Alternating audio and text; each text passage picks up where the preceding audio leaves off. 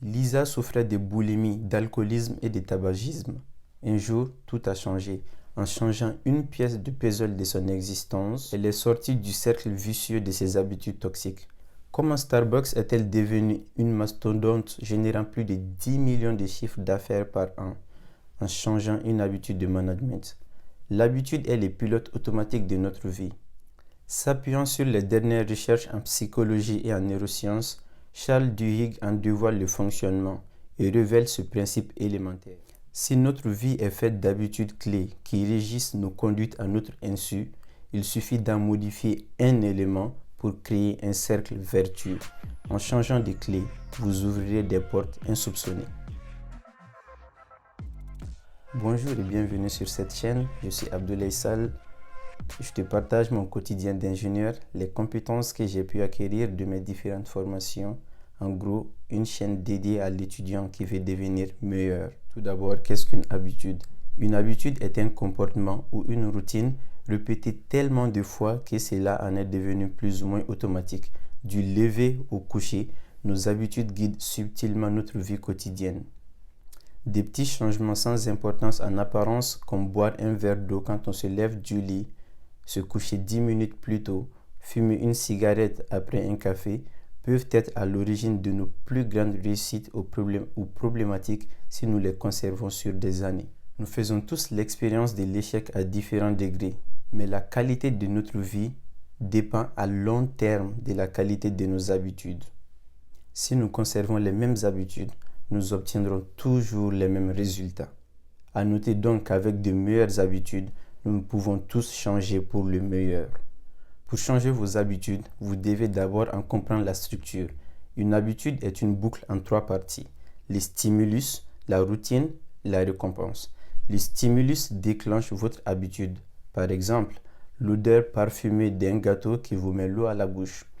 La routine. La routine est l'action enclenchée par le stimulus. Elle peut être physique, acheter un gâteau, mentale, se concentrer, ou émotionnel, un sentiment de joie.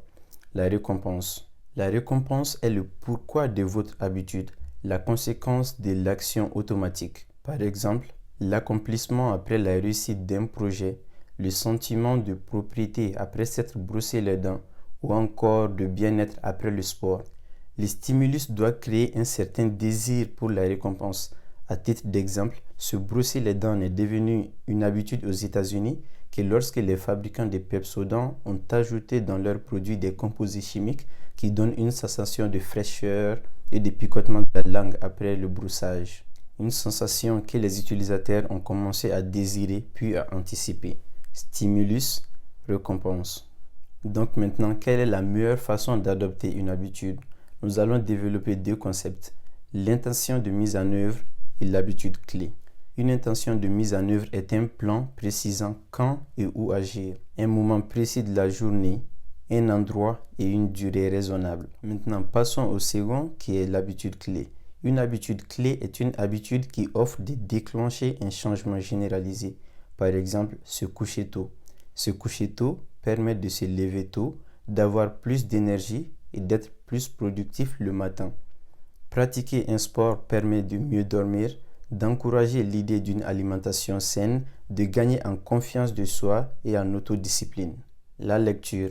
Lire permet de nourrir sa pensée, d'acquérir de nouvelles compétences, de pouvoir résoudre des problèmes et de mieux réfléchir. L'inverse aussi est vrai pour les mauvaises habitudes. Si vous veillez tard la nuit devant la télévision ou l'ordinateur, vous aurez des troubles de sommeil, ce qui affectera votre énergie au réveil et donc votre humeur générale.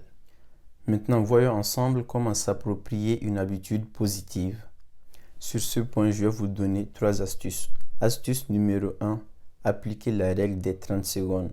Pour Brian Frog, chercheur et scientifique du comportement, la meilleure façon de transformer nos vies est de faire de petits ajustements accessibles plutôt que de chercher des changements radicaux. Il propose de créer une petite habitude, soit un comportement que l'on fait au moins une fois par jour, qui nous prend moins de 30 secondes à exécuter et qui doit être immédiatement célébré. Astuce numéro 2. Pour donner envie à notre cerveau de la répéter. Exemple, boire un verre d'eau le matin, faire 20 pompes par jour. Plus c'est ridicule au début, meilleurs seront les résultats. Demandez-vous toujours comment puis-je rendre cette habitude si simple que je ne puisse pas la refuser. Astuce numéro 3. Respectez votre engagement même s'il est minimal. Mieux vaut faire une pompe que pas du tout. Mieux vaut lire une phrase d'un livre que pas du tout. Vous n'avez pas envie de courir? Consacrez-vous 30 secondes pour enfiler votre tenue de sport ou vos chaussures de course.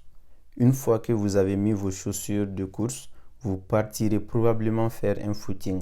Le simple fait de commencer peut vous encourager à en faire plus que prévu. Merci d'avoir suivi cette vidéo. C'est la première sur ma chaîne. N'hésite pas à me mettre en commentaire ce qu'il faudrait améliorer pour les prochaines vidéos.